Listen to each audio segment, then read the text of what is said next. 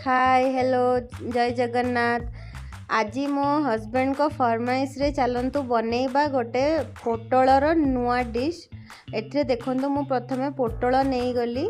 पोटल को आमे गोटे साइड रे टिके टिके कट लगेई दबा। तापरे आमे गोटे पैन रे पानी गरम करिकी सेतरे लूण हलदी पकेइकी पोटल गुडा को देई दबु। पोटल गुडा को किछि समय आमे बॉयल कर दबु, हाफ बॉयल हबा पर्यंत। तापरे आमे ए देखंतु पोटल बॉयल हाफ बॉयल हो गला परे आमे गोटे चामच साहाय्य ताको ता भीतर सब मंजी गुडा को बाहर कर दबु। जदि आपन को मंजी पसंद नथिबो आपण मंजी गुडा को पूरा आउ यूज करिवेनी, जेहेतु आम घरे समस्ते मंजी भी खाया पे भल पाती, तेणु मु ताको आलू रे मंजी गुडा को मिक्स कर देली।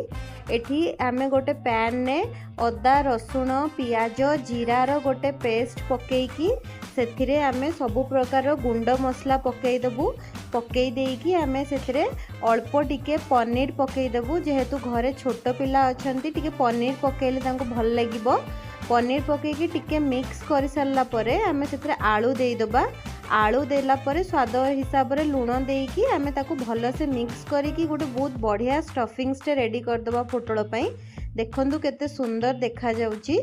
तापरे एठी मु मसला रेडी करूची करी पई। एथरे सेही अदा रसुण पियाज टमाटर ग्रेवी कर दबा। सेतरे लूण हलदी धनिया गुंड लंका गुंड गरम मसला गुंड ताकू पकेइकी आमे ग्रेवी टाको टिके कसीबा। एथिरे मु जो स्टफिंग्स रे आलू जो ठंडा हो गला परे मु ताकू पोटल भितरे फिल कर दउची। देखंतु एही हिसाब रे आपण भल से ताकू फिल कर देबे। फिल करदेले ताको आमे फ्राए करिवु, तेणु किछि असुविधा नहीं, फाटिबनी किछि होबनी।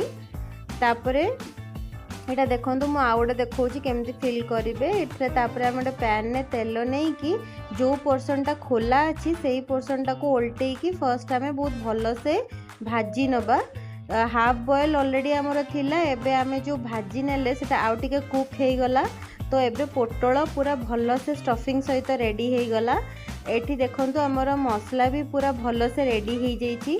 आपण चाहिले ग्रेवी रे पोटल देई परिबे, बट मु ताको टिके अलगा ट्विस्ट रे ताको रेडी कली ताकि घरे जो माने खाइबे ताको देखिले लागिबो कि किछि गोटे नुआ आइटम रेडी हिची। एठी मु फर्स्ट ग्रेवी देई देली। ग्रेवी ऊपर मु पोटल गुडा को लंबा भाबरे सब साइज करिकी सजेई देबी, ताकि देखिले घरे छोट पिला थिले तांको अट्रैक्टिव लागिबो आ से माने मना भी करिवेनी खाया पे। एडी मु ऊपर जेहेतु चीज न पकेइकी मु ऊपर पनीर को टिके ग्रेट कर देली।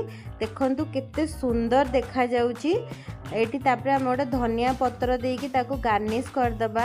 आपनकर नुआ धरणर पोटल रेडी हे गला। ट्राई करी कहबे केमिति लागिला।